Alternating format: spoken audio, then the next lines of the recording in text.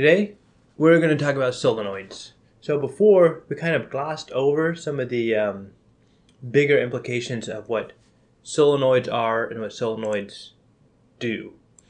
So the way I described solenoids was just a coil of wire. And I presented it as we have a magnetic field due to solenoid, which inside the solenoid, which looks kind of like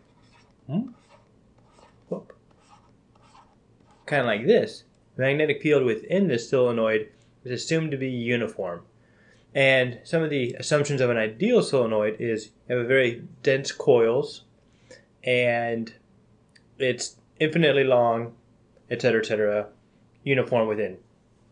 If you start getting a really short solenoid, or you get less than infinite coils, then what happens is your magnetic field inside really won't be as uniform.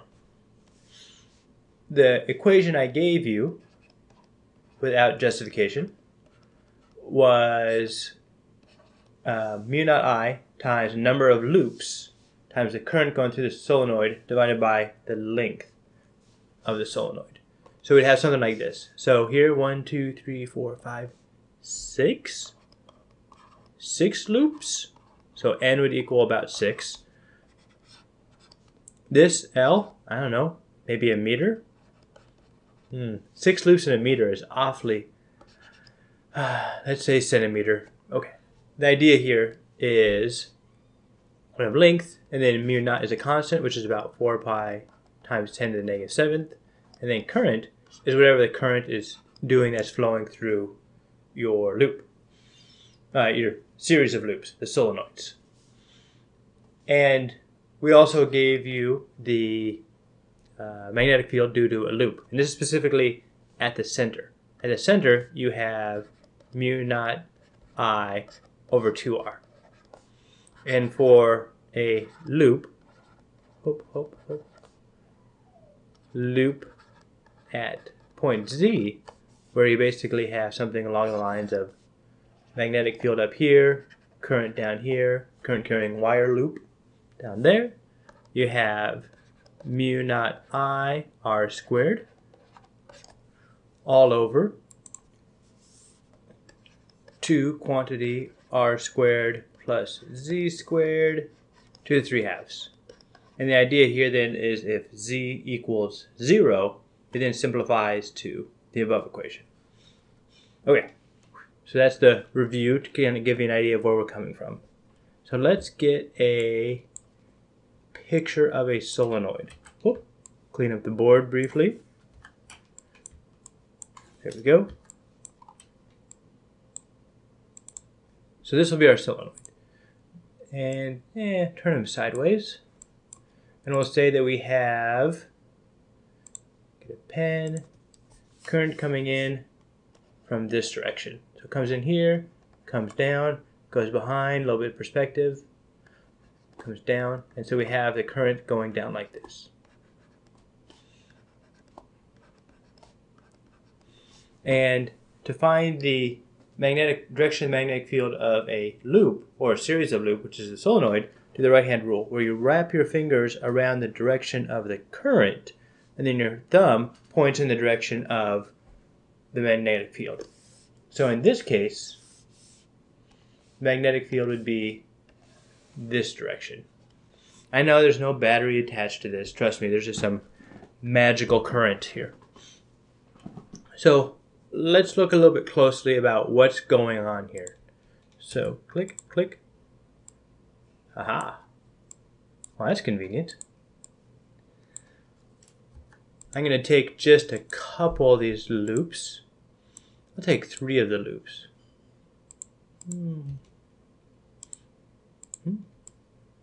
There we go.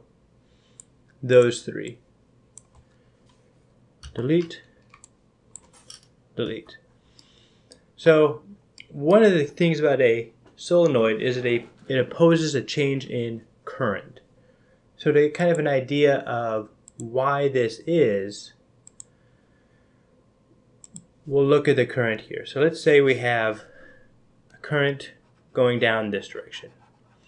Well, when you zoom in far enough, this loop of wire is just going to look like one straight wire. Same idea as why when you hear people talk about flat Earth movements, it's like, oh, that seems kind of reasonable. You know, you go outside and you take your little ball and you put it on the ground. And you're like, well, that ball's not rolling away. Looks like the Earth is flat. And same thing with a loop here. If you zoom in far enough, we can approximate this loop as just a straight line. And so if we have a current going down this direction, we're going to have, it's going to generate a magnetic field. And it's going to generate a magnetic field. Let's see if I can, kind of like this. Maybe I can make it a little bit thinner. No, right about there. And we'll make this, ooh, dotted? Yeah, dotted. Maybe that's a little bit too bold. I'm good like that. Or green. Okay, blue. And so this, we're going to have a magnetic field. Using the right-hand rule, place your thumb along the line of the wire, direction of the current, and then your fingers will show you the direction of the magnetic field. So we're going to have a magnetic field like this. Okay, so then let's look at the magnetic field at this point right here. So doing the same right-hand rule idea, the magnetic field at this point is going to be out of the board. The magnetic field here is going to be into the board.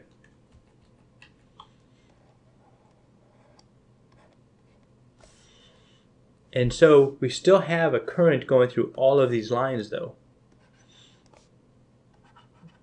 So now we're going to look at the effect on a small piece of current on this wire with the electric force.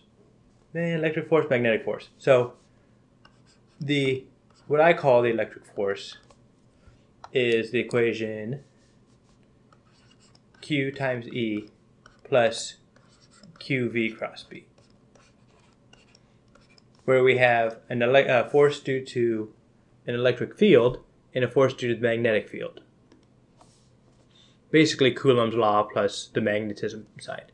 So we're going to say no electric field,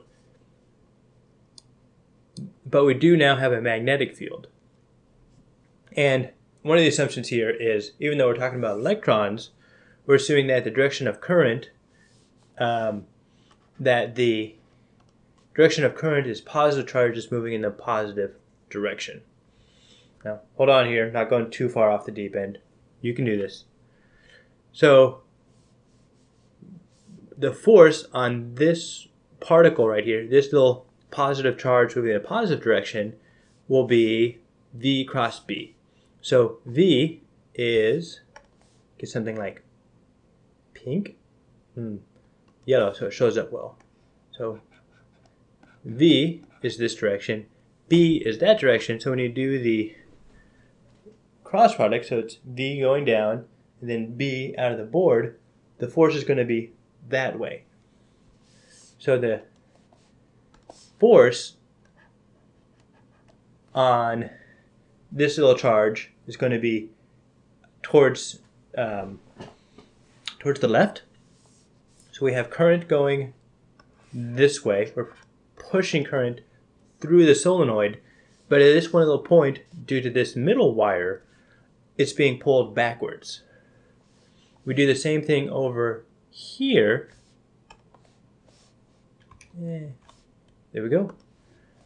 We have, same idea, we have V coming down. This is terrible. V cross B. It's going to be the opposite direction. So we're going to have a force pulling it forward. Nope. Can't just draw a backwards F to show force in the opposite direction, though that would be convenient. So what happens then is, long story short, due to this wire right here, it's pulling charges back towards it from the front, and it's pulling charges forward from the back.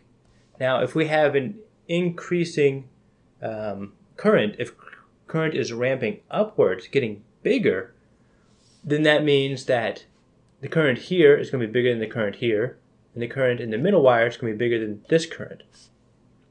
So this current is going to, this middle loop right here is going to have more an effect than the next subsequent loop down the line. What this ends up doing is it means that the force from the middle loop pulling the current backwards is going to be greater than the force from the last loop pulling current from the middle loop forwards. You're fine. You can do this. And so the end result is you have an opposition to change in current. So when you start ramping up this current, this solenoid kind of puts a small brake on it. It slows down how quickly current can change. And you might have heard this before, and I probably said it a few times, is that the identifying characteristic of a solenoid is an opposition to a change in current. So don't worry, you are probably never going to actually have to know this concept about why this kind of works out this way. But it is good to kind of have a background information.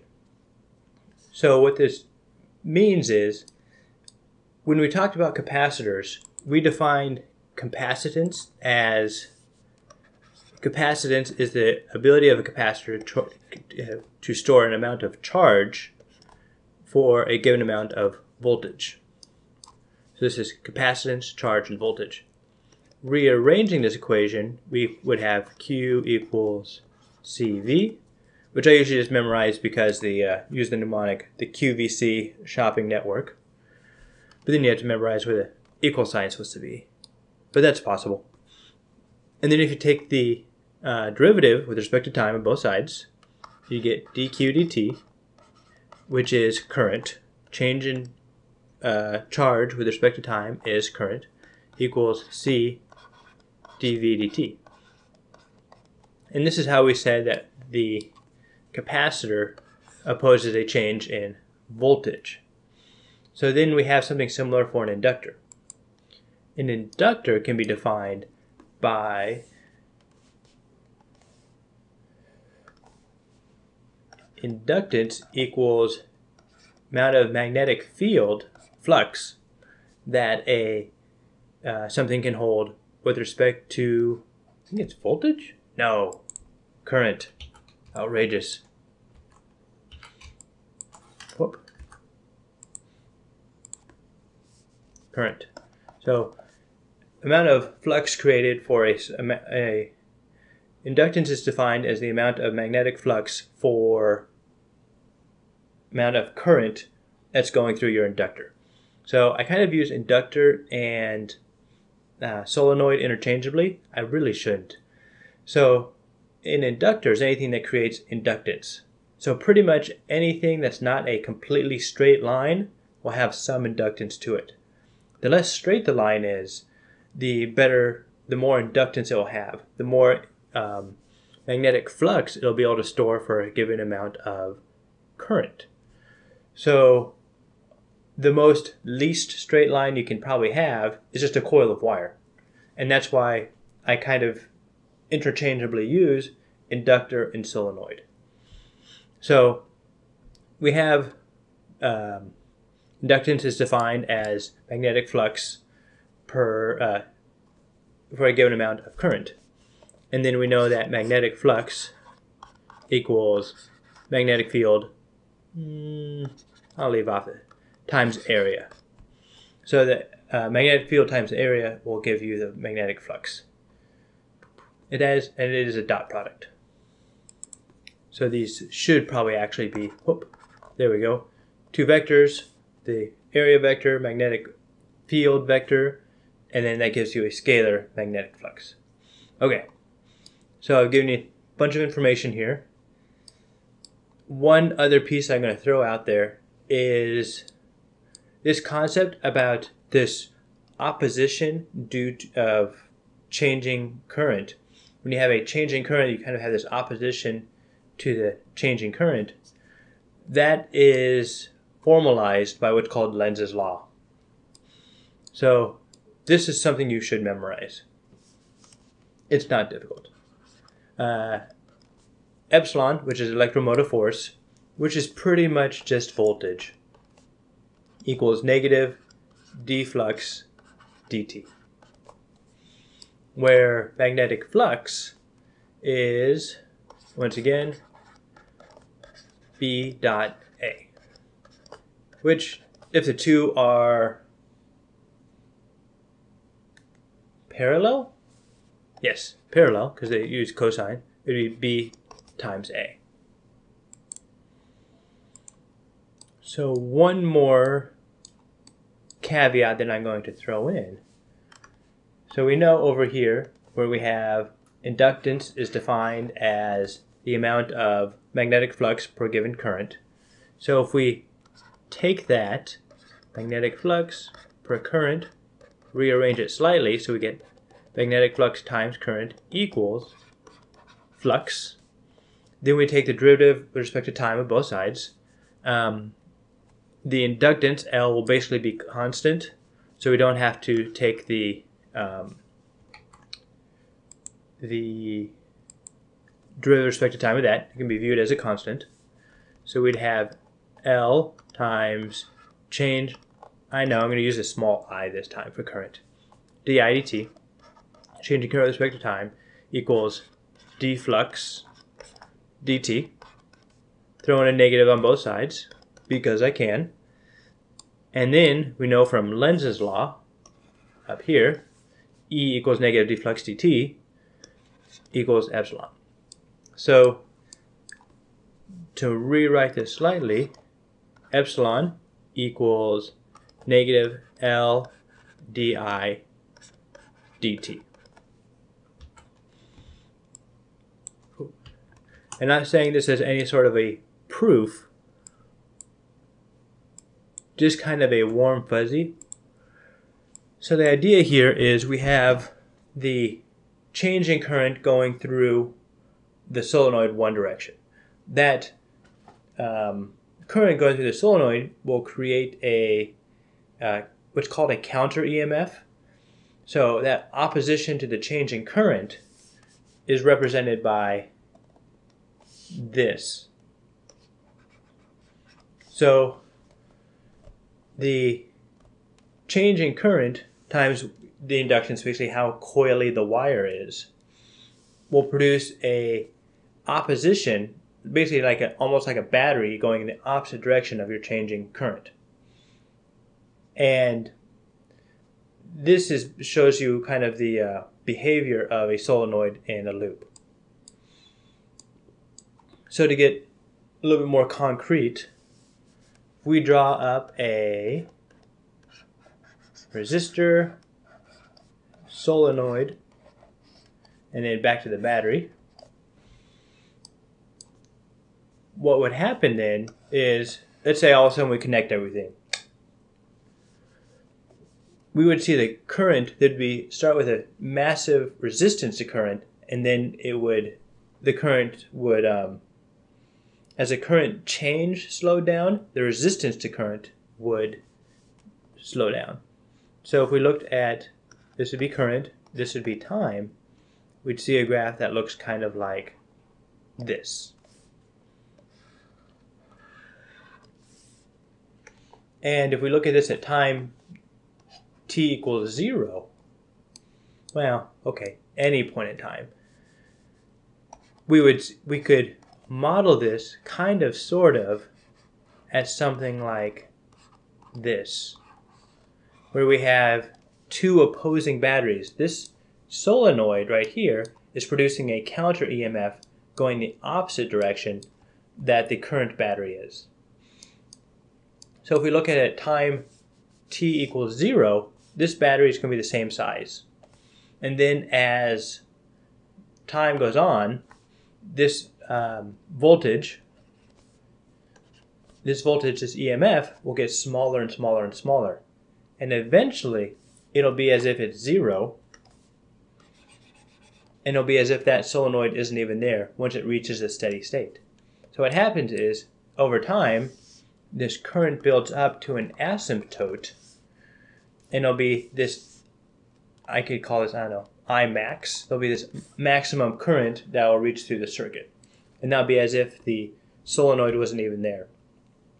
Another way of phrasing this is at time t equals 0, the solenoid can be modeled as an open circuit. So you draw it kind of like this. Your little resistor, little open area.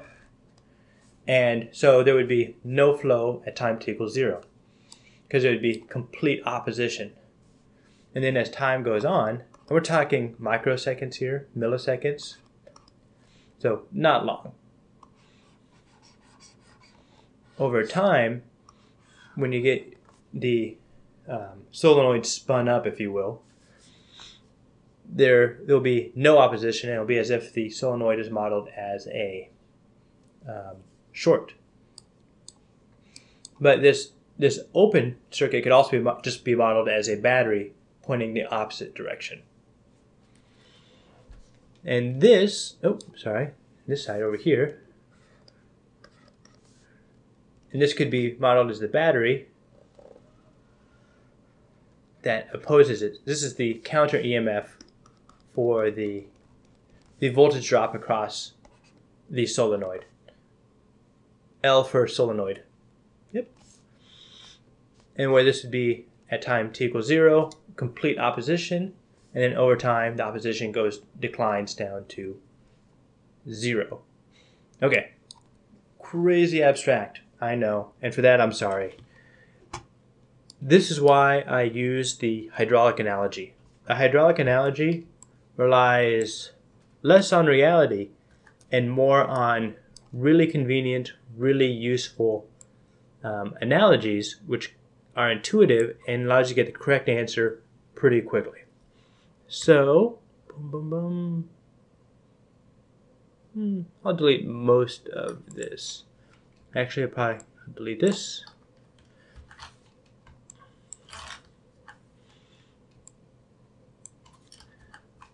And this. And then I'll put up Lenz's law.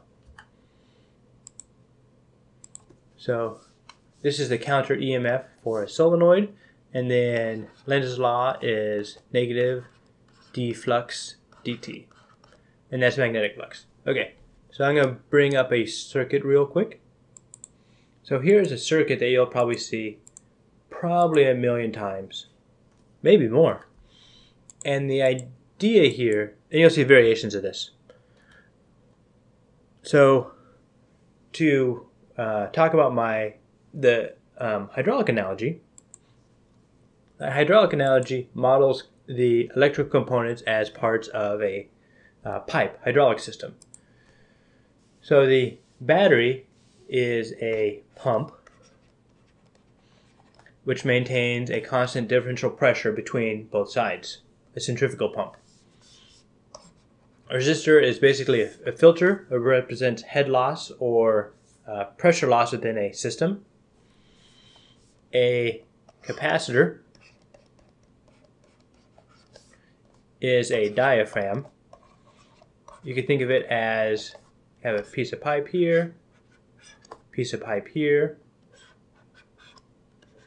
and then you have a piece of rubber in between it, so that when there is water pressure, it stretches, and then it stores that energy in the stretchiness like a spring, a rubber spring. And then the one we haven't talked about yet would then be the solenoid, which is modeled as a water wheel. So let's see, how can I draw this? So let's do something kind of like this. So you have a water wheel here, have some spokes. Water comes in, I guess I probably need to get blue for water. Comes in this way, and initially it's going to have trouble turning this water wheel. But once the water wheel gets up to speed and starts spinning, it'll provide very little resistance to the water flowing through it. So the idea is, at first, it takes some time to get the momentum of the water wheel built up.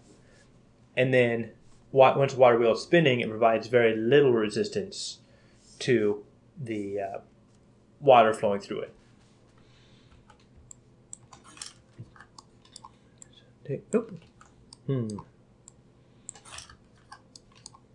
Okay. So the sort of problem you will see from time to time is something along the lines of, you have a switch here like this, which connects here to here. Probably only need one connection. There we go. There we go. One connection. So this battery charges up this capacitor. That's equivalent to stretching out this diaphragm. So if you draw a diaphragm here, and it stretches the diaphragm, storing all this energy. So you have a lot of current to start with, but then the current dies off.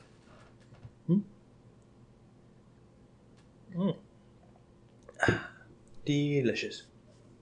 So you'll get something that's exponential that looks sort of like this for current. A little bit more dramatic. There we go. This will be current, this will be time. And then current dies off. And then, at some given time after this capacitor is charged up, the switch is then flipped.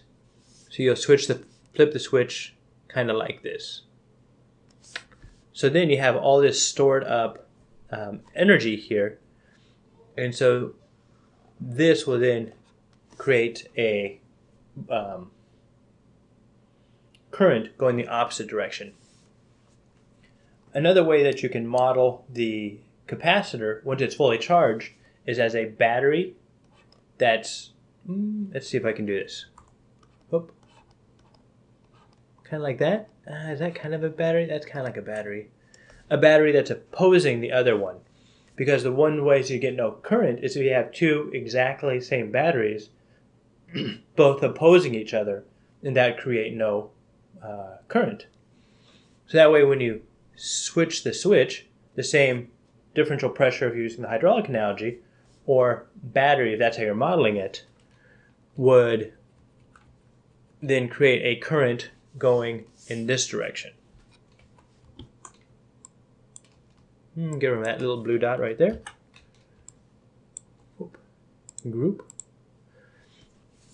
And so what would then happen then is you would have the current going this way, charging up this capacitor, and you get this resistance to the capacitor,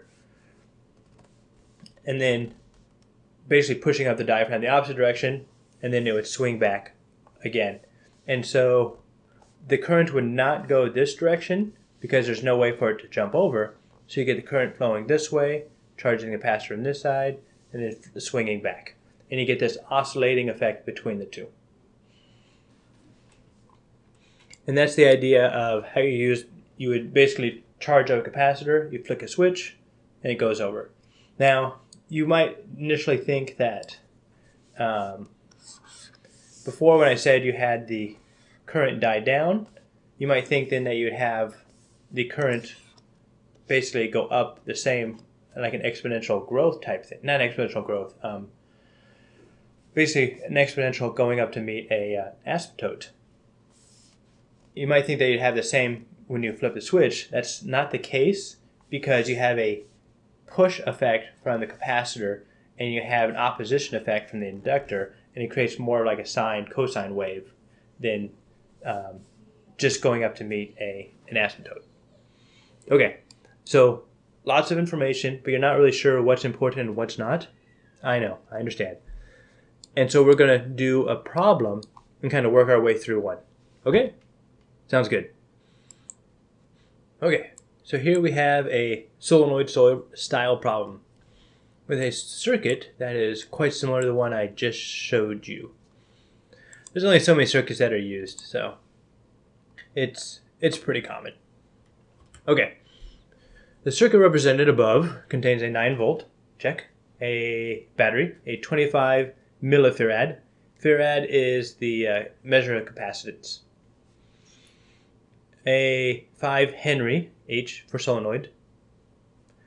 H probably doesn't stand for solenoid. H stands for henries.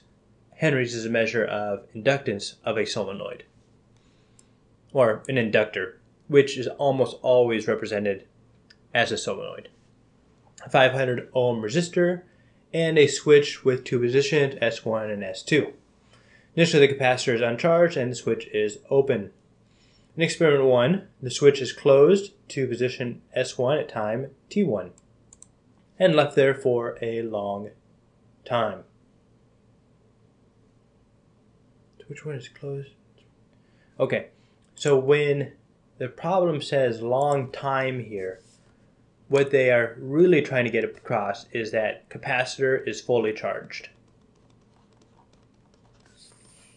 Fully charged.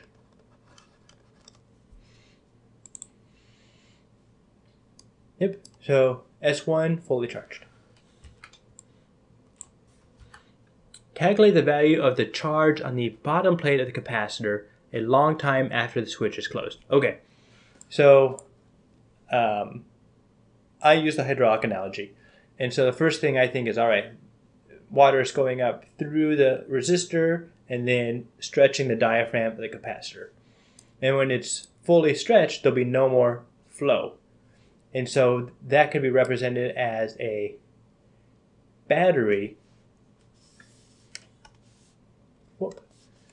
Represented as a battery that's just opposing the 9-volt battery. So there will be, there's two ways of looking at this. We could do Kirchhoff's voltage law, or you could see like, okay, opposing battery.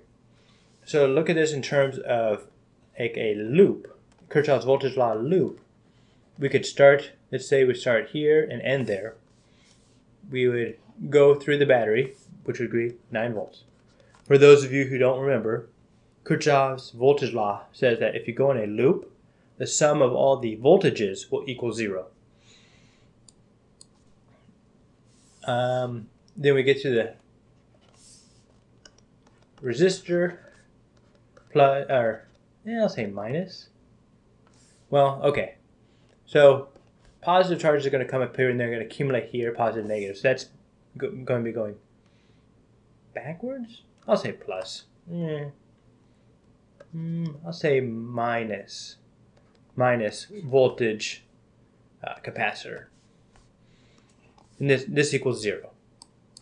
Well, at long time, the current has stopped. So the current would do something kind of like this. So at t equals infinity, i.e. long time, current will equal 0. Boom, boom.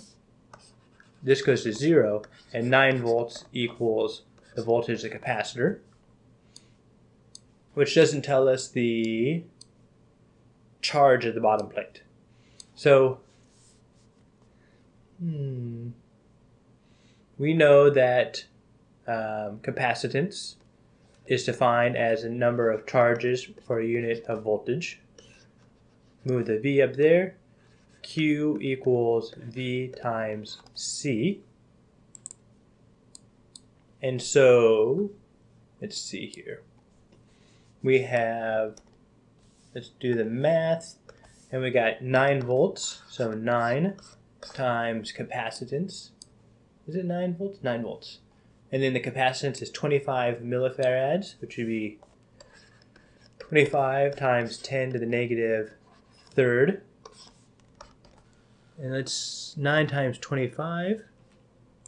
So we'll do 9 times 25. And just to make life easier, I will throw in times 10 to the negative third. That way I don't have to do the math in my head with the tens and the such. And that gives us 0.225. 0.225. 0.225 amps? No. Coulombs. No. Coulombs, yeah. 0.225 C. Coulombs. It always confuses me because in this case C is capacitance, and in this case C is dimension, which is coulombs. So one of the thoughts you might have, which is not a bad thought but it's wrong, is so we had positive charges up here, negative charges down here.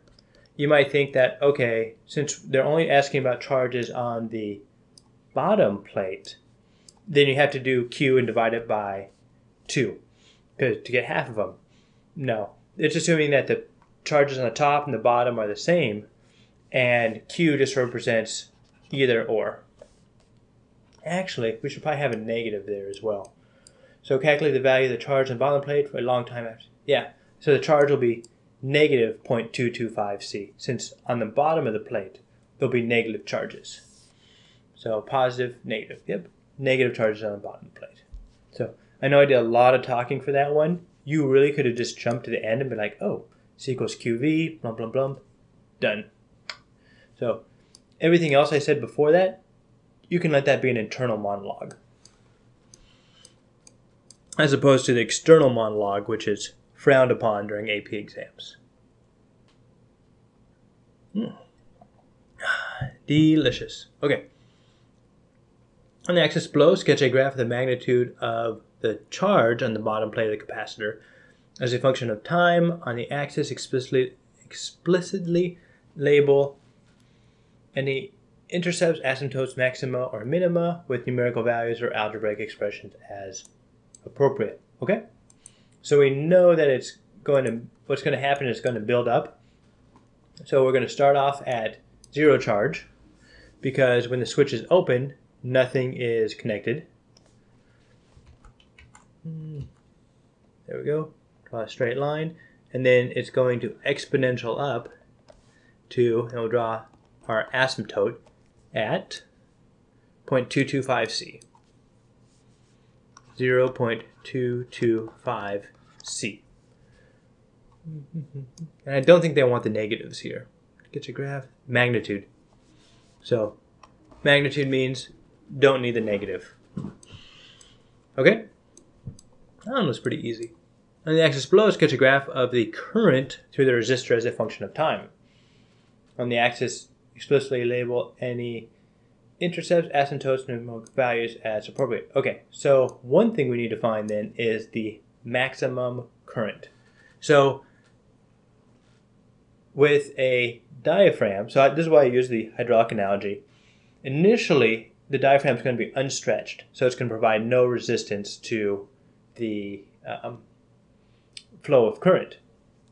But eventually, the diaphragm will fully stretch, and it will allow no current to pass through. Another way of thinking about it is the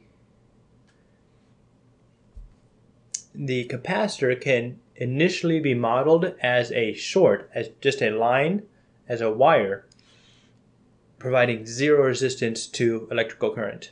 But at a long period of time, the capacitor will model an open circuit where current cannot jump across. So what I do then is you're going to have something like no flow initially because it's an open circuit. If you look right here, open. And then at time t1, you shut the circuit, and then the current is going to decay away. And they're probably going to want that maximum there. So the maximum will be, we will draw the capacitor as if it is a line. So right there, that's a picture of the capacitor. We have 500 ohms, we have a 9 volts, and then we use Ohm's law, which is current equals V over R. Oh, it's even in the right form. Haha, excellent. Which is 9 divided by 500. Let's see, let's Wolfram this. 9 divided by 500. 9 divided by 500. And we get, 0.018 amps.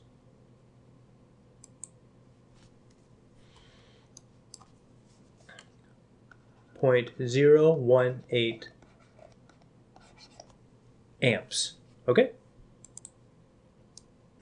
And then it goes down to 0. All right, clean up my board a little bit. There we we go. There we go. There we go. Okay, then let's grab the next part. In experiment 2, the capacitor is again uncharged. Okay, when the switch is closed to position 1 at time t, 1.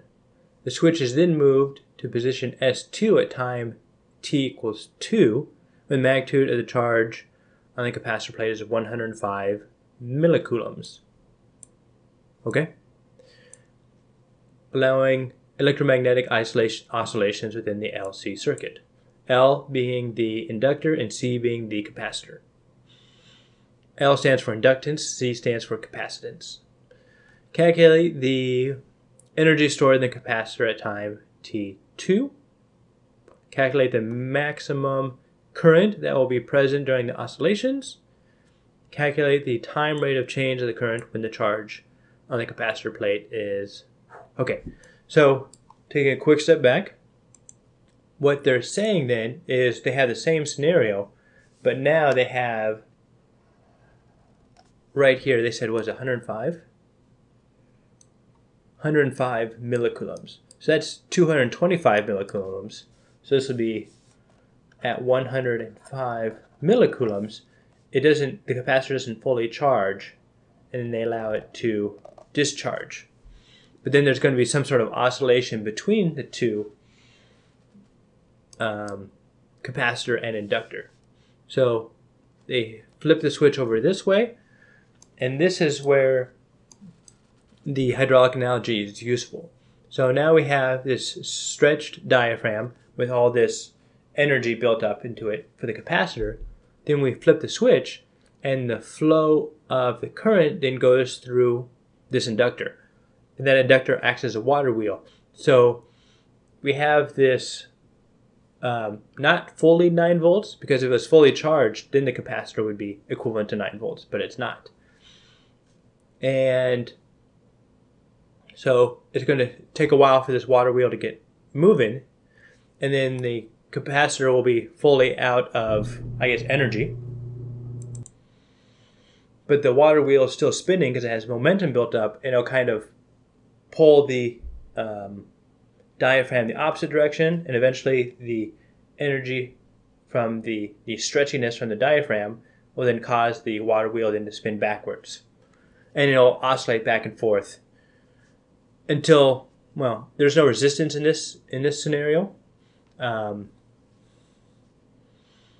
So it'll go on forever, but in reality there's always a little bit of resistance, and so it will eventually die down. Damped oscillations, if you will. Okay, so they're asking us to calculate the energy stored in the capacitor time t2. So they're saying we have 105 millicoulombs, that's the amount of charge, in our capacitor. And we want to find the energy when it happens. Now do this, time t2. So let's see here. We know that energy equals 1/2 CV squared. That's just memorized. I think we also have that on our, yep, right here, formula sheet. So 1/2 CV squared. But we don't really know the voltage. We could figure it out, but we don't want to bother. So let's convert that over to something that, nope, there we go. So we know that Q equals CV. C equals Q divided by V. Nope. V equals Q divided by C. There we go. That's one we wanted. And so then we'll have V squared equals Q squared over C squared. Is that true? Yes. So then we could also write the energy in terms of 1/2 C times charge squared over capacitance squared. Cancel. And we have the equation 1/2 Q squared over capacitance. Okay?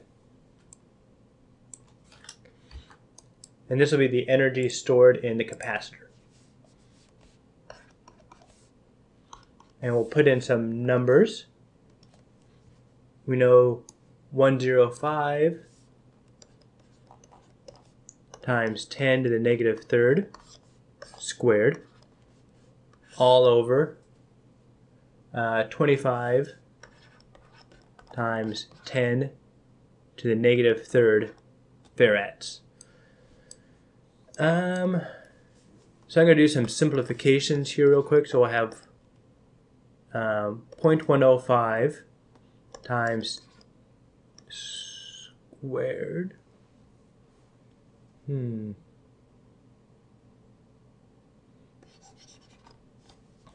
We'll do 105 squared times 10 to the negative third times 10 to the negative third all over 25 times 10 to the negative third. One of these will cancel, and then I will just put this in the calculator. So 105 squared times 10 to the negative third divided by 25. Is that true? Seems like it's going to be kind of big. Maybe it will. Okay. So we have quantity 105 squared times 10 to the negative third divided by 25. And we get, dun dun dun, 0.44 joules, 0.441. Equals 0, divided by 2, 0.22. So 0.22 joules. So the amount of energy stored in the capacitor when the switch is flipped, i.e. the maximum energy stored in the diaphragm, is 0.22 joules. And that's just based on the formula we have for energy within a capacitor, which we then rearrange to make how we want. Whoop, whoop. All right. Probably should have saved some of that information. Might have been useful. Oh well. Calculate the maximum current that will be present during the oscillations.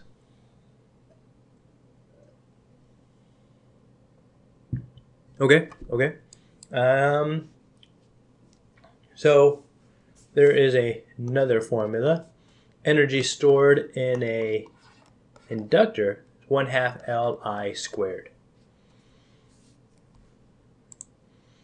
which I think is on your formula sheet as well. Yep, 1/2 Li squared. So if we take the energy, so what's going to happen then is initially there's going to be no current passing through the inductor because it opposes the change in current. But eventually it'll build up to a maximum. And we're going to have, if you think of it in terms of potential energy, we're going to be transferring energy from the capacitor to the inductor, and then back from the inductor to the capacitor. So the inductor stores energy in the form of current. The capacitor stores energy in the terms of voltage. And so the maximum energy of the inductor is going to also be the maximum current flow. So this will be solenoid equals, and we'll say max equals energy potential capacitor max, which we already knew because we just found that out earlier, is 0.22 joules. And I'm just going to leave it as 0.22.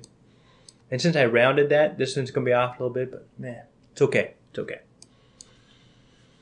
So rewriting this slightly, we're going to have 1/2 Li squared equals 0.22. So we have 0.441. I know it's, trust me on this.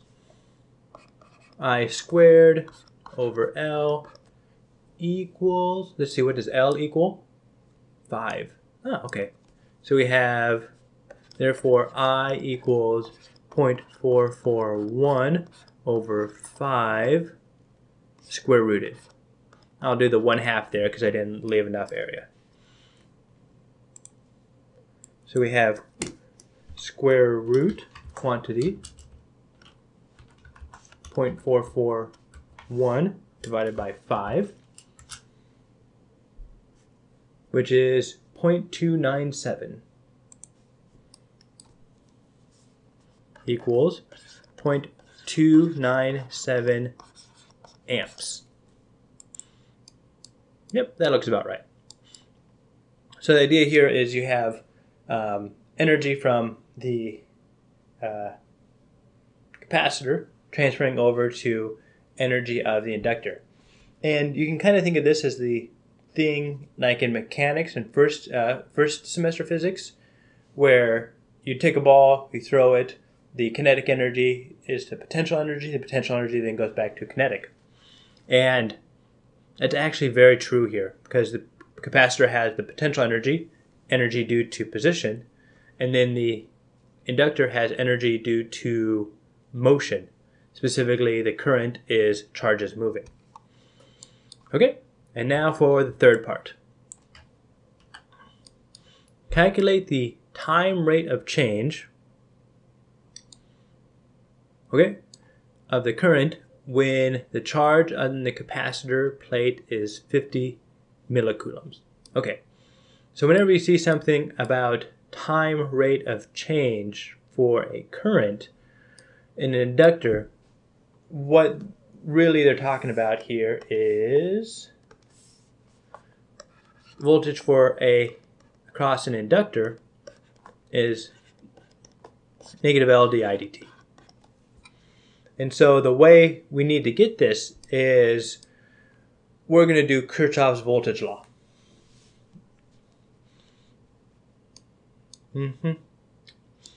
So I'm going to redraw this picture up here. So we have conductor, inductor, a capacitor. I should have said capacitor, which is two conductors separated by a dielectric. And so we're going to use Kirchhoff's voltage law starting at, let's say, this point right here. So let's say this is plus, minus, because this opposes the flow. So if we start here, we'd have voltage capacitor minus, because we started the plus and go to the negative, so it's going backwards, minus voltage inductor equals 0, because we're back to the same spot. Whoop. And this is Kirchhoff's voltage law. So let's see, the voltage of a capacitor, so capacitance is defined as the amount of charge for a given voltage. Therefore, the voltage equals charge over capacitance. Okay? And then this we defined earlier. I think it's on the formula sheet. Let's check the formula sheet. Yep, right here. Electromotive force equals negative inductance times change in current with respect to time. So negative L di dt. And therefore, we'll set, so we have, make sure I don't get the signs wrong, or try not to get the signs wrong, minus, and then we have negative L di dt equals, this becomes plus, equals 0. We're looking for di dt, so we'll say that di dt equals negative Q over C times 1 over L. So we know what Q is. Calculate the time rate of change of the current when the charge on the capacitor is 50. Whoop, 50. So we have 50 times 10 to the negative third. We're given the capacitance, 25 millifarads, which is convenient. 25 times 10 to the negative third times 1 over the inductance, which is 5. And if I was better, I would be maintaining all my units and keeping track of them. Nah, don't have time. I'm just going to hope that they all work out correctly. So cancel, cancel. Cancel, cancel. This becomes 2, which equals negative 0.2. Negative 2/5 amps per second. So we could write that as negative 0.4 amps per second. Though you should probably leave that as negative 2/5. So this last one is just knowing, so you use Kirchhoff's voltage law, have to know that, and then plug everything in, and you get negative 0.4 amps per second. Yep, I'm not even going to really try to like reason that out. I'm just like, here's the math. So the clue here was calculate the time rate of change of current. And the only time we know time rate of change of current, you could be like, I don't know, which is probably true.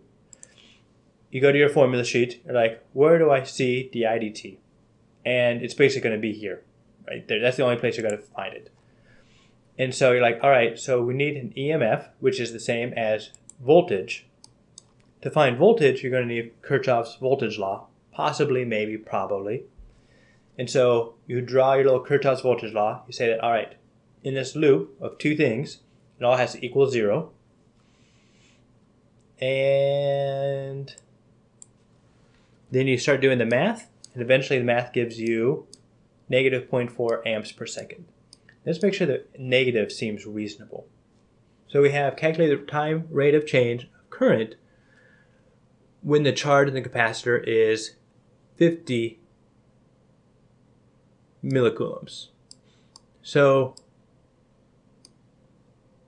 that's saying then is, go to green, right about here. So this is 100. So this is probably about 50. And so they're asking for the slope of this line at this point. Now, I drew this to look like an exponential. It's not an exponential because you have the capacitor and inductor working in unison, working together. So it's not going to be an exponential decay. So it makes sense, though, that at this point, the current would be slowing down. The rate of change, time rate of change of the current would be negative. So it's slowing down. Yeah, I can see that. So that seems reasonable. Okay, so that is an example of a problem. This is probably one of the harder problems you would get. And I know it probably took me like 30 minutes or so just to do this problem. A lot of things you'll have to do just kind of more quickly. More internal monologue, less external monologue. And it'll help you move through things quickly. But this is kind of an example of why I like the hydraulic analogy, is because a lot of this has to do with just getting the concept. So you start by getting the concept, all right, what are they talking about? And then you start gathering your formulas, putting them together in a box, and trying to get the right answer. Shake it up in a box, see if it looks good. If it does, put it down on paper. Well, put everything down on paper. If it looks good, then you circle it, move on to the next problem. So that is an idea with this. We'll talk a little bit more about magnetic induction, and specifically we'll talk more about Lenz's law next time, because Lenz's law you can demonstrate a lot of knowledge by using Lenz's law problems, and since you can demonstrate a lot of knowledge on it, it's really good for AP exams, specifically free response. So we'll be going over a handful, many, a plethora, a cornucopia, if you will, of problems involving Lenz's law. Electromagnetic force equals negative d flux dt. Thank you much. I will see you next time.